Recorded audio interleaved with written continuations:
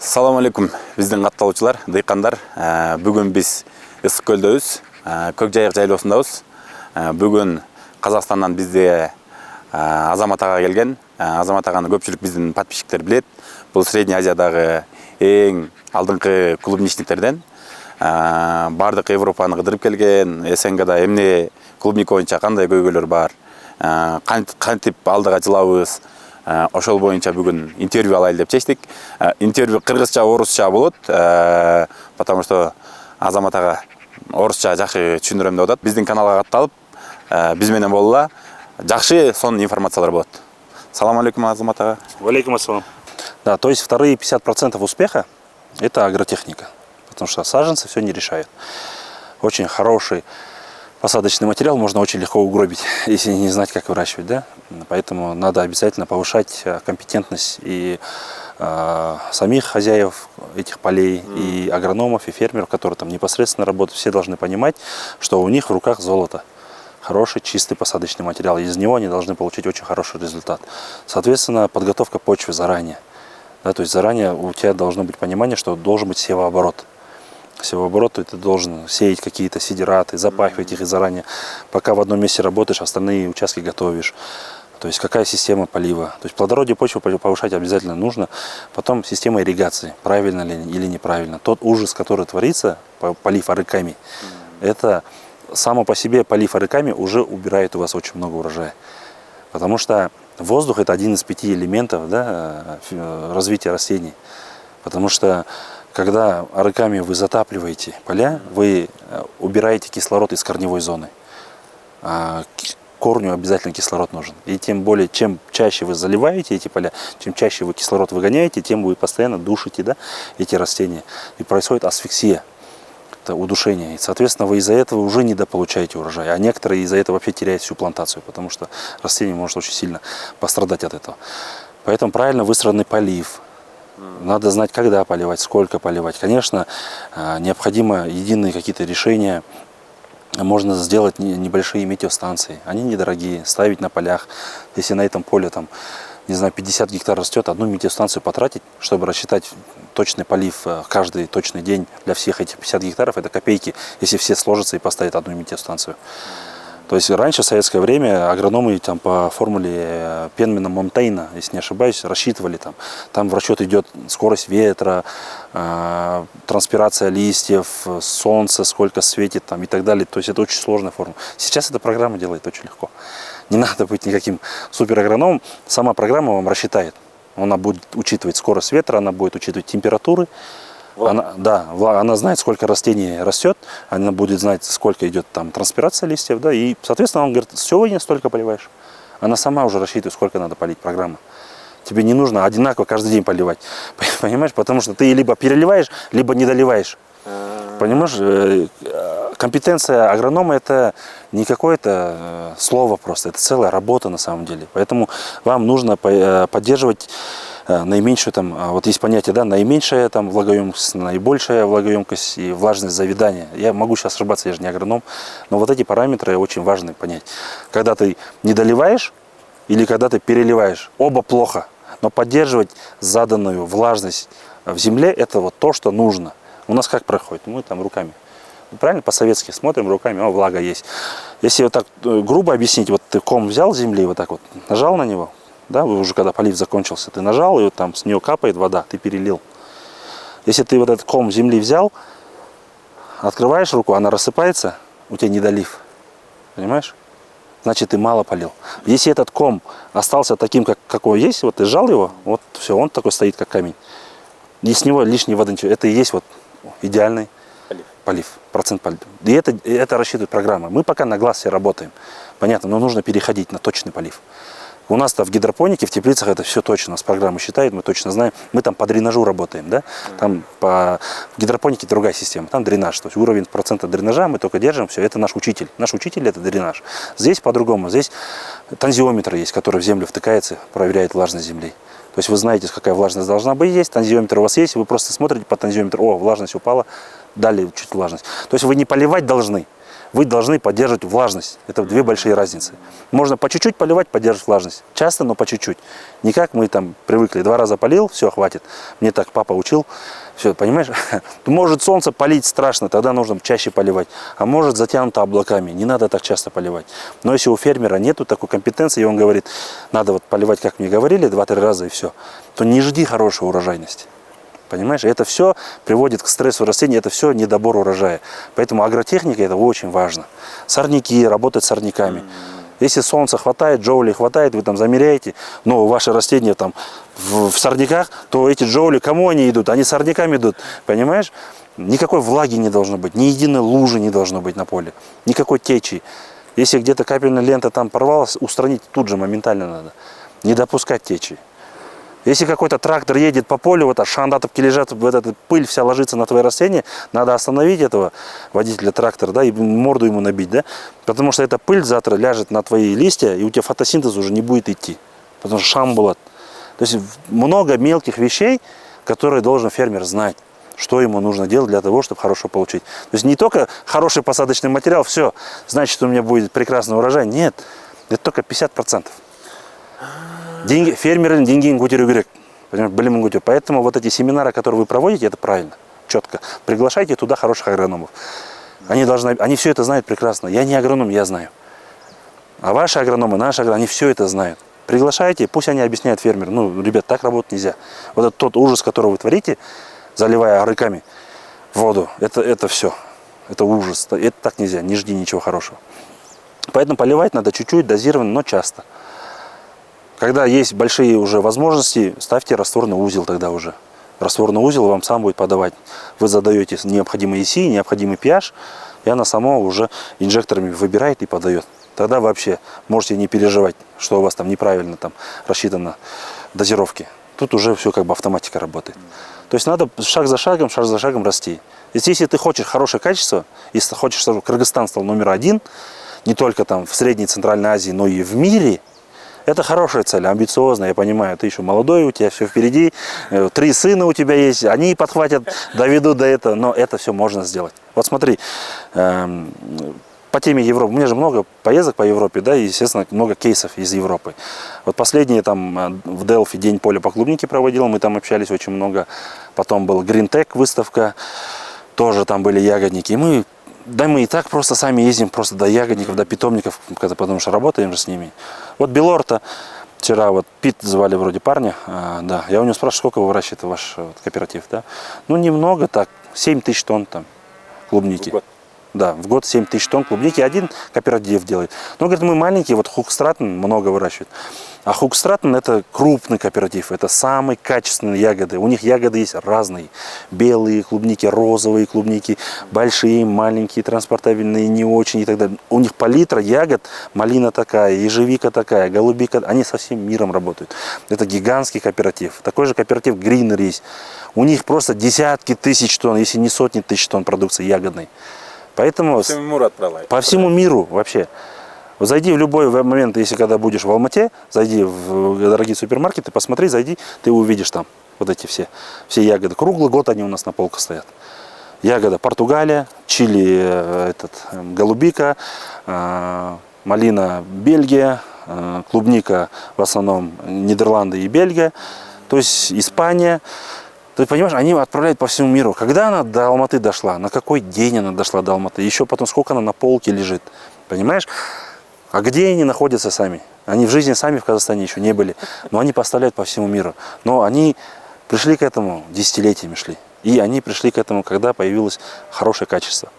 И там никто не балуется. Кассетная рассада, поверь мне, вообще. Такое даже в голову не приходит. Я когда у них спрашиваю, кассетная рассада, вот это все, там, блэк-мультипликатив, они очень сильно смеются. Говорят, что, фриго сажают? Они в основном трей сажают. Для них фриго это уже вчерашний день. Если к нам фриго только приходит, только фриго, там, то фриго они уже отказались давно. У них уже трей, мини-трей, потому что они на гидропонике сидят. Да. То есть это уже другой уровень, другой. Поэтому Кыргызстан может стать лидером. Все шансы есть. Вы и сейчас лидеры, непризнанные лидеры, возможно, потому что Казахстан сам себя не обеспечивает. А Россия тем более сама себя не обеспечивает. там есть только юг, считай, да, и средняя полоса России. Там юг, вот у них, да, наверное, перепроизводство есть в момент, когда массового сбора урожая. Но потом, когда у них заканчивается, дефицит бешеный по России. Фирмы, агрофирмы в средней полосе России, они не обеспечивают там все эти поставки. Поэтому импорт, в том числе Армения, вообще чемпион, мне кажется, в среднем. Вот в странах СНГ Армения чемпион, да. Но у них другой вообще продукт. У них теплицы. Гидропоника, теплицы, высокие, 8-метровые. Очень хороший регион в горах.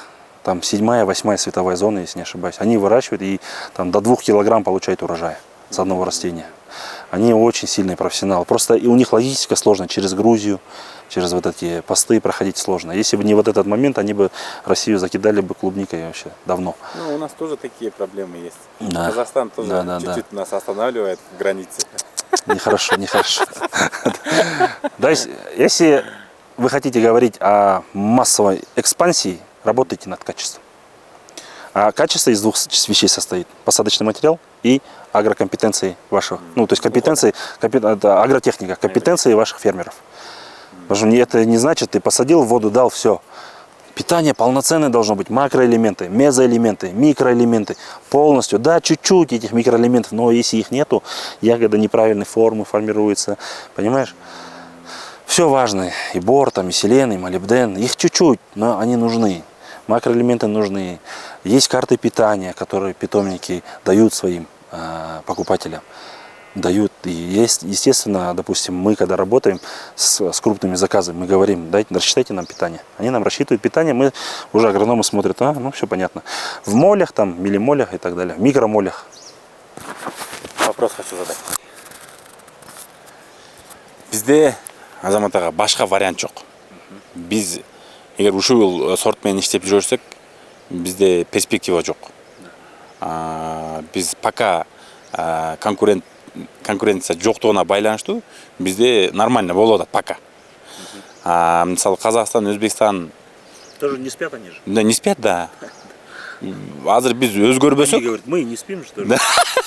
Біз өзгөрбөсөк, алар захватит рынок. Да. Из-за этого вот, мы с вами общаемся, интервью берем. Вообще все казахи против, что я сюда приехал. Анан ошого бизге по-любому качество керек. Бизде дагы ушул чоң-чоң проектлерди пландап атабыз. Ошолорго качествого чыгып, ошол рынокто алганга аракет кылып атабыз. Значит, бизге надо качество, саженцы, да?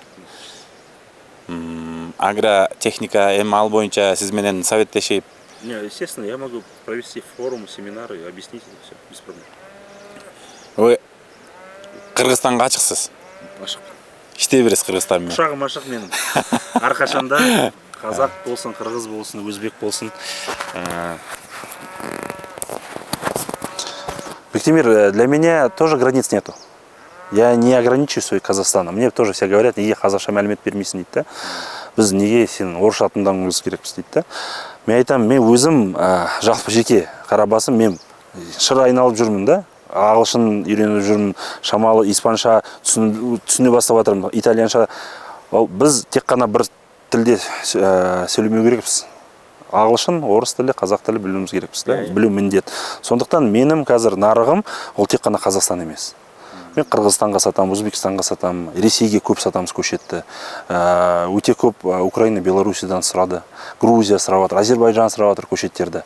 Әлі күнге дейін жазып жатыр да маған, қалай болады, қандай жолдар бар, бізге де жақсы көшет керек еді, біз енді түсініп отырмыз, ол дұрыс емес екені, кассетный рассада істеу, одан жақсы нәтиже алу мүмкін емес екенін жана түсініп отырмыз. Сол мен де шектелмеймін Қазақстанмен, мен де сыртқа шығамын, мен де экспортқа шығып жатырмын. Қазіргі таңда 1,5 жыл жұмыс істеп жатырмыз, 50% көшет экспортқа кетеді бізде. Ресей бірінші орында, Қырғызстан екінші орында, Қазақстан әрине бірінші орын.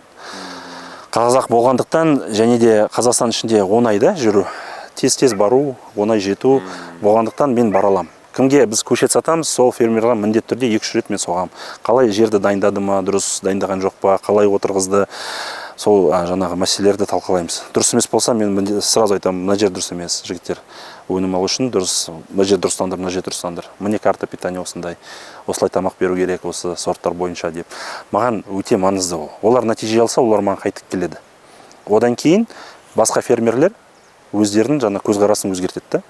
Жаңа фермерлерге барады, ол басқа көшет екті. Неліктен? Неге ол соны басы жасамай ма? Неге өзі көшет істеп алмайды? Неге біз сияқты арзан істемейді? Неге ол азаматтан сатып алады да? Бағасы үлкен ғой. Соның барып сапасын көргенде уже өздері өзгере бастайды. Біреулер өзгермейді. Біреулер айтады, жоқ, біз бұрынғыдай істей береміз дейді да. Пойдет бізге. Сол кішкентай урожай, бізде объем көп емес, пойдет. Ол қазір былай көшет алатын болсақ, ананы істейтін болсақ, үлкен қаражат керек, в общем, бізге керек емес, анау мынау деп сөйлер. Бірақ ол жаңа старое мышление деп айтады ғой, это путь в никуда. Если мы хотим расти и развиваться, мы должны просто пойти посмотреть там, где это уже сделали.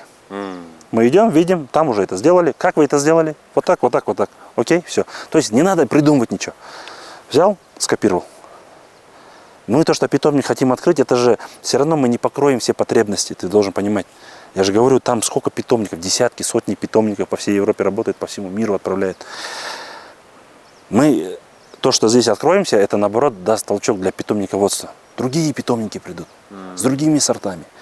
Мы с определенными сортами откроемся. Придут другие питомники, скажут, о, нам тоже интересно. Раз уже они открыли, значит, они уже защищать начали.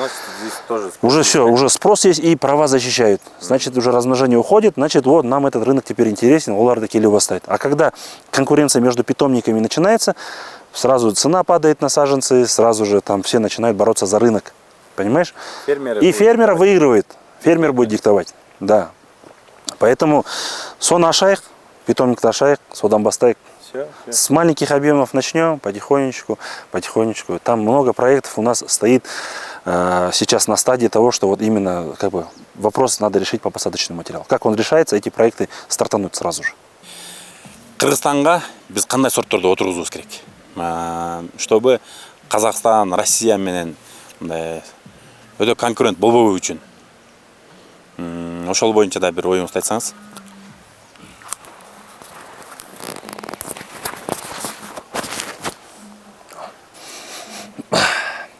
Сұрағына рахмет, түсінікті. Сұрақ қандай сорттар дейсіңдер. Енді сендер қандай сорт таңдау керексіңдер? Біріншіден сіздер алысқа апарасыздар. Кеше айттың ғой сен Сургутқа да, мысалы 4,5 мың шақырым жерде, километр. Ол өте ұзақ дистанция да. Мысалы бізде 1200-1500-ге барса уже қауіпті да, Құлпынайға, біз қорқамыз. Вот мы, допустим, когда экспортируем, мы берем, допустим, эти корексы, пинетки, да, пластиковые, с дырками, контейнеры, да, вот эти, и там внизу есть такой bubble pad, пузырчатая пленка. И в один ряд или в два ряда ложим, да. Если, допустим, вести вот так вот ящиками на такие длительные дистанции по нашим дорогам, у меня такое мнение, что они не доедут. Ну, я так считаю, что они не доедут. Если, допустим, все зависит от цели. Если цель очень длительная дистанция, то, конечно, нужно выбирать сорта, которые все-таки лучше транспортировку переносят. Это мой вам совет, да. Потому что, ну, потребителю же тоже важно, в каком состоянии доехала ягода. Если она доехала, там половина уже побитая, потекла она, ну, не очень, да, хотя вы там можете температуру держать в рефе, но все равно транспортабельность должна быть, она же все равно бьется друг об друга. Да. Она же нежная ягода, это ультра скоропорт, да, там, скажем, ультра фреш. Поэтому, ну, хотя голландская ягода у нас продается в Астане, в Алмате, я понимаю, что транспортировать можно, но они транспортируют маленьких 250 грамм. Там ягода баркатар, бір ряд, и на пузырчатой пленке, в один ряд. Соответственно, ну, как бы, это тоже, они сказали, сколько, там, 15% может спасать при транспортировке. Вот эта пузырчатая пленка. Bubble Pad, это вот, допустим, разработка европейцев. Здесь большие поставщики, вот мы хотим тоже фуру одну привезти, вот этих корексов, и нашим всем раздать. И себе, и другим, чтобы мы могли транспортировать с меньшим ущербом для ягоды. Если мы говорим, как не конкурировать, допустим, Казахстан, там, Кыргызстан, Россия, но в любом случае регионы у всех разные, старт продаж у всех тоже разный. У всех одни начинают там раньше, первый начинает Крым, и начинает Сарыагаш, потом идет Кубань, потом у нас идет Алмата, примерно одинаковые, но у каждого свой рынок. С Алматы везти на Москву продукции, ну, я считаю, это нелогично, вообще нелогично. Сколько на 1000 километров надо везти для Крыма, а для Краснодара это ближе. У них 1500 километров, они в Москве. Ну, они на Фуд-Сити возят же. А ввести с Алматы нет. Поэтому у нас же есть свой рынок, мы должны себя обеспечить сначала. Прежде чем думать о рынке, экспорте, мы должны себя обеспечить. Мы себя не обеспечиваем.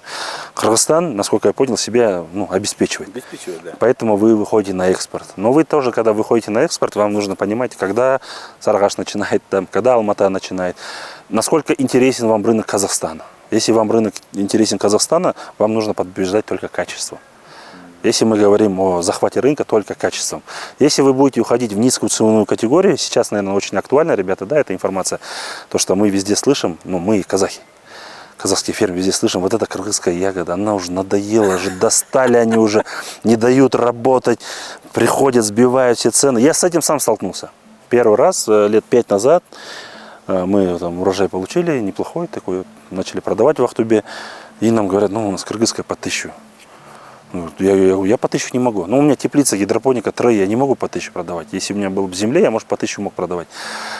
Потом я поехал, посмотрел, что за кыргызская ягода, вот это на газете, в деревянном ящике. Я смотрю, я говорю, здесь же вот сейчас если переберу, я 50% выкину.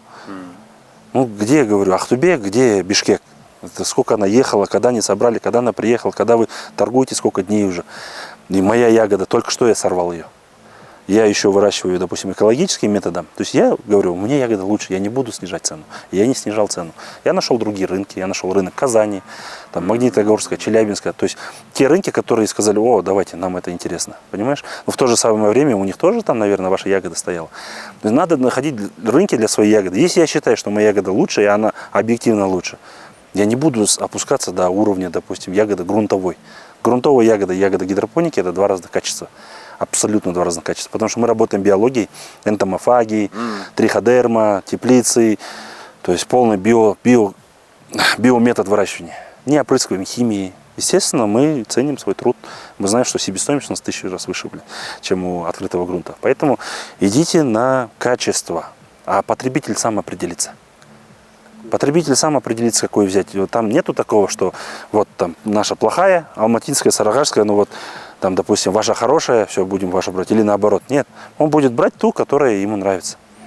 Если разница в цене будет, конечно, в 2 раза, человек будет голосовать рублем. Да, то есть дешевле я возьму киргизскую, потому что она дешевле. Но если вы будете демпинговать, не заработаете ни вы, не заработаем ни мы. Потому что наши тоже начнут снижать цену, и в итоге вы в минусе или в маленькой прибыли, наши в маленькой прибыли, соответственно, мало заработали, не можем развиваться. Но мы должны все зарабатывать хорошо, чтобы мы могли разбиваться. Мы могли саженцы покупать, новые площади готовить, возможно, туннели ставить, чтобы уходить от дождя, от земли. Да? То есть развитие даст только выручка, прибыль чистая. Не выручка, а чистая прибыль.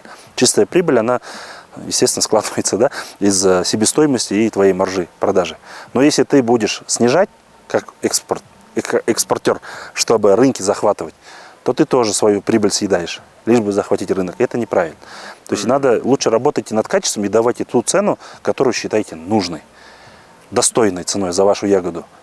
Покупатель все равно возьмет именно качественную ягоду. Когда у него будет выбор большой, он возьмет качественную, при одинаковой цене. Потому что, вот ваша ягода заходит, цены нету, наши тоже снижают, и все. И наши продадут. При вашей ягоде и наши продадут. Но не заработает никто из нас. Поэтому это путь никуда. Объединение – это тоже один из факторов, потому что объединяться можно в кооперативы. Вот как я уже сказал, Хуксрат, Гринери, Белорта и другие кооперативы Уэльвы, которые 6 тысяч гектаров в Испании. Там тоже кооперативы. Кооператив может иметь большие преимущества по поставкам в сети, допустим. В сетях более премиальная цена. Потому что там лучше требования, там ягоду надо складывать правильным образом, паковать, упаковка. То есть уже ящиком вот так не отдашь в сеть. Обязательно. У них есть требования по транспортировке, требования по тому, сколько она должна пролежать на полке и так далее. Чуть-чуть другие сорта. Но тем не менее это дает прибыль кооперативу. Кооператив – это участники, фермеры, которые всем выгодно. Поэтому, когда вы будете работать над качеством, выгодно всем. Фермерам выгодно получать хороший, больше урожай качественный, потому что он больше заработает, тебе продаст. Тебе выгодно качество, потому что ты дальше можешь вести и больше можешь вести. И потребителю выгодно, он получает ягоду, которая не напичкана химией, которая он знает, что выращена по правильной агротехнике, с правильным посадочным материалом. Тем более вы с соцсетями хорошо работаете. Когда вы начнете работать именно на качество, вы будете каждый свой момент снимать. Вот наша рассада чистая, вот мы посадили, вот смотрите, как мы работаем. Каждый процесс, да. Да, потом возьмите вот этот, не знаю, нитратометр или сдайте в лабораторию свою ягоду. Сдайте в лабораторию, нитратометр это все-таки там погрешность большая. В лабораторию сдайте, получите, сколько нитрата в вашей ягоде.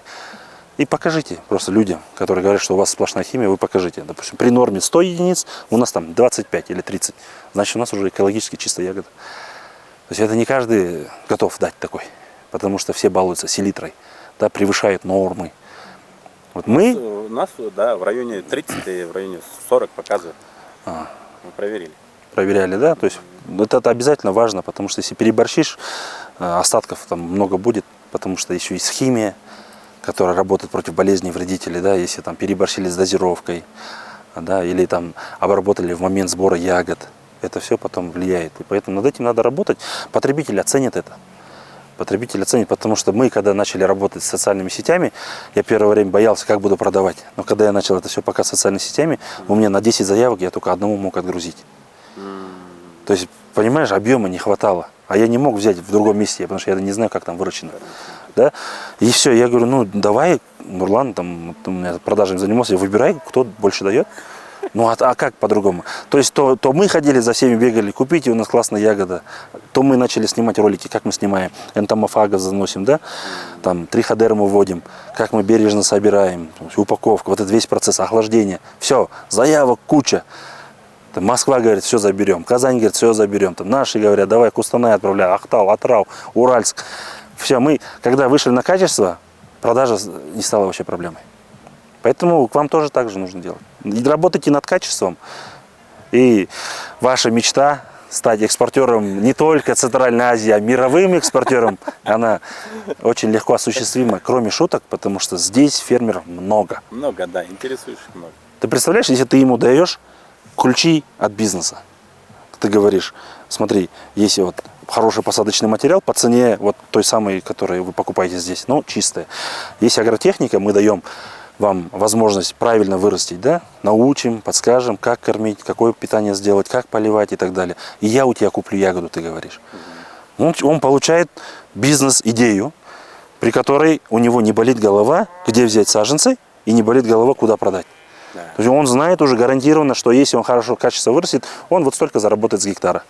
Его работа только над качеством, все, голова не болит. А твоя работа получить качественный товар и отправить на экспорт. Твои экспортеры там, импортеры там будут довольны, все, и win-win везде, все зарабатывают. Но если вот это начнем мы друг с другом воевать и демпинговать, никто не заработает, кто-то устанет, кто-то уйдет с рынка, кто-то деньги потеряет, кто-то еле выживет, ну, то есть это никому не интересно. Вы начнете фермеров гасить, потому что вам нужно, как бы, если вы ниже сдаете, значит вы у фермеров пониже принимаете. Фермер тоже говорит, блин, я столько работал, я не могу по нижней цене отдать. То есть демпинг ни к чему хорошему не приводит. Вот эти конкурирующие войны ни к чему хорошему не приводят, только объединение. И кыргызы с казахами также могут объединяться, почему нет? Я же говорю, у кооперативов нету границ. Нету границ. Вот эти кооперативы, которые работают в Бельгии, туда сдают продукцию с Голландии, с Германии, с Франции. Там нету границ у кооперативов. Он не знаешь, кооператив, вот, он только работает со своей продукцией. Нет, он может закупать там. Где качество отвечает продукция, ну, он там и купит. Я, если открою кооператив в Казахстане, я вообще могу в Кыргызстане закупать всю ягоду. Если качество будет нормальное, и отправлять. Так же и ты можешь. Если у тебя уже есть налаженный экспортер, ты можешь с Сарагаше купить все. Или пойти в Алмату и договориться, все, вот это все поле я забираю, если вы дадите вот такое качество. То есть границ нету. Так и сделаю. Так и сделаю. Зачем я сказал? Поэтому твоя задача искать фермеров, кто работает над качеством. Над качеством, да. Да. Я понимаю, что ты патриот, я тоже патриот. Мы все хотим развить свою страну. Но это не говорит, что если мои фермеры не готовы работать, да, что ты все равно будешь вот их только брать. Нет. Если мне, допустим, нужна продукция, я приду в Кыргызстан, куплю и продам. Это же бизнес. Это бизнес. Им надо подтягиваться фермерам, значит. Подтягиваться к качеству. Понимаешь? Поэтому, как бы, надеюсь, я ответил на твой вопрос. Да. Жақсы, Азамат аға, рахмат ушунча интервью берип биздин подписчиктерге жакшы маалымат бергениңизге. Анан биздин подписчиктерге, Кыргызстан, биздин катталуучуларга бизди Казакстандан да көрөт, Өзбекстандан да көрөт. Ошолор біз түсінеміз, бір-бірімізді түсінеміз ғой. Сен қырғызша айтасың, мен қазақша түсінемін. Мен қазақша айтамын, сен түсінесің. Ошон эме биздин катталуучуларга өзүңүздүн каалооңузду айтып коюңуз, ошо менен жыйынтыктайлы.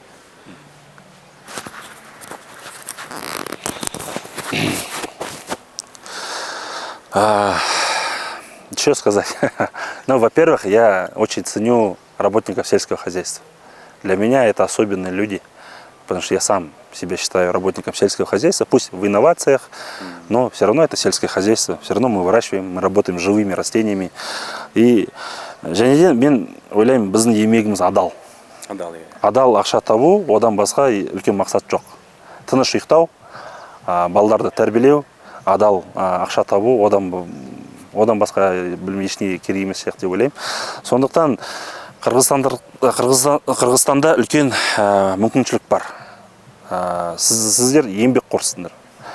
Мен ол дәлелдеуге керек емес та. Білініп тұр, көрініп тұр дәлел екенін. Сондықтан сізде үлкен мүмкіншілік бар. Егер де сендер қазір дұрыс бағытпен жұмыс істеу бастасаңыздар, сапа. Бірінші орында сапа. Ақша емес, прибыль емес, объем емес, сапа. Бірінші сапаға шықсаңыздар, болашақ зор деп ойлаймын. Болашақ зор. Қырғызстан болашақ зор. Әр өңірдің бір ерекшелігі бар да. Оңтүстіктің ерекшелігі, Бишкек, Исыкуль. Әрқай жерде өзгеше технология қолданып өсіруге болады. Мысалы, кеше Исыкульді айттық қой.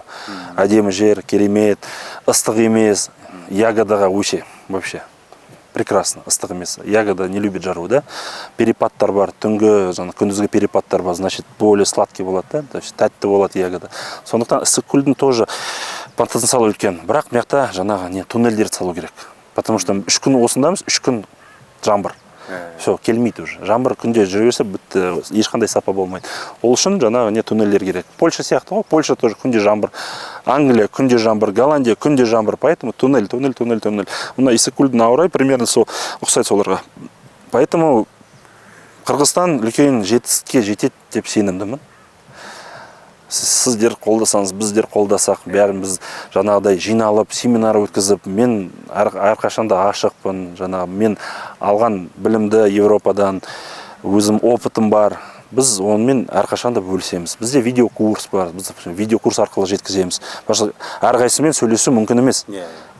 Мен айтам, жігіттер, менде қолым тимейді, мында видеокурс бар, қымбат тұрмайды, бірақ соның ішінен жаңағы құлпынай бизнес бойынша мәлімет аласыздар. Қалай жұмыс істеу керек, қандай ең маңызды заттар бар, ол оңай. Сосын YouTube каналымыз бар, мына жерде астыда болады, жаңа мәлімет. YouTube каналда тоже біраз роликтер бар. КСД не екен, НСД не екен, қандай айырмашылығы бар, айырмашылығы сорттардың, оны бәрі жеткізу керек. Сондықтан семинар өткізетін болсақ, сіздерде, біздерде шақырыңдар, өткіземіз, бүкіл мәлімет береміз, қалай суару керек, қалай жаңағы дұрыс питание жасау керек, қандай көшет, қандай мерзімде отырғызу керек. Потому что отырғызатын уақыт өте маңызды. Мысалы, Франко Дзентин мен ең жақын досым Европадағы клубниктің, профессионал клубничный. Ол айтады, мысалы, біз Веронада тұратын жер. Біз, мысалы, уже точно, қаншама жылдан бері точный дата білеміз отырғызатын. 24 август. Егерде 23 или 25 августа отырғызатын болса, құлпынай дұрыс болмайды дейді. Понимаешь? Определение точной даты посадки в вашем регионе, конкретном регионе, это важный параметр. Раньше посадишь, хуже будет результат. Позже посадишь, тоже хуже будет результат. То есть профессионализмға жету, ол бір күнде жете алмайтын зат емес. Ол жылдан жылға нәтиже, то есть ақпарат жинап, опыт жинап, білімді жинап, соның бәрін қосып жұмыс істесең, жылдан жылға сенің деңгейін өсіп, сен уже қорықпайсың, ештеңе уайымдамайсың. Өсіре аламын ба, өсіре алмаймын, сен уже точно білесің. Осындай уақытта мына категорияны отырғызу керек, осындай уақытта алатын болсам, осындай категория отырғызу керек. Содан кейін барып уже жаймендеп неге гидропонияға көшесіздер. Гидропонияға көшсеңдер бар ғой, онда сіздің цикл ұзын болады. Уже, допустим, май емес, апрельдің аяғы емес, сендер уже мартта шыға аласыңдар. Марттан ноябрьге дейін. Понимаешь, длинный цикл. Поэтому қазіргі, допустим, жұмыстан түзетіп, екіншіден сосын жаймен гидропонияға көшіп, деңгейін өсіреді. Потому что гидропоника болашақ. Сен кеше алдың күні, бүгін 3 күн болашақ туралы сұрап жатсың. Болашақ туралы айтып жатсың. Болашақ ол гидропоника. Қазір болашақ. Гидропоника. Ну, біз ақырынан баруымыз керек. Ақырынан, да. Жаймен деп, я говорю, мына жаңағы түзетіп алып, бүкіл жұмысты да, түзетіп, и жаймен көшу керек. Допустим, білмеймін, 10 гектар сенде ақша грунты болса, 20 соток гидропоника салып қой. Экспериментируй. Кішкентай теплица ұрып қой да, 20-10 соток жетеді даже. Гидропоника салып қой, қалай өседі екен. Содан кейін мысалы уже, допустим, сендерге көшу керек гидропоника, сен уже тәжірибең бар да, уже 2-3 жыл сен эксперимент жасап жатсың. Кішкентай жерде, проект үлкен жасау қажет емес. Одан кейін жаймендеп көшесіздер. Ол бір жылда істей алмайсыңдар. Суббота деп, постоянно суббота деп беремін сентябрьді. Қыркүйек айында біз форум өткіземіз. Алматыда. Мен Франко Дзентиді шақырдым, Мацони компанияны шақырдым. Сентябрь, да. 8 или 9 сентябрь күні. Сосын кейін мен ана бір кішкентай Аврора Фрут деген кооператив бар Италияда. Соларды шақырғым келіп жатыр. Себебі өзі жаңағы опытпен бөліссін деп. Қалай олар кооператив болды, қосылып, 20 компания. Қосылды, олардың оборот 20 кішкентай фермерлер, 13 миллион евро оборот. О, шынымен де кішкентай. Ана Мацони келетінді, оларда мысалы кооператив үлкен Мацони. Помимо питомник, көшет шығару, еще кооператив бар. Олардың жылдық обороты 200 миллион евро. Ойланыш, 200 миллион евро жылдық оборот кооперативный. Там не только ягоды, там груши, апельсины, киви, бананы, что угодно там. Все, что в Италии растет, они продают по всему миру. Даже то, что не хватает, басқа елден алып келеді. То есть, ояқта граница жоқ тоже.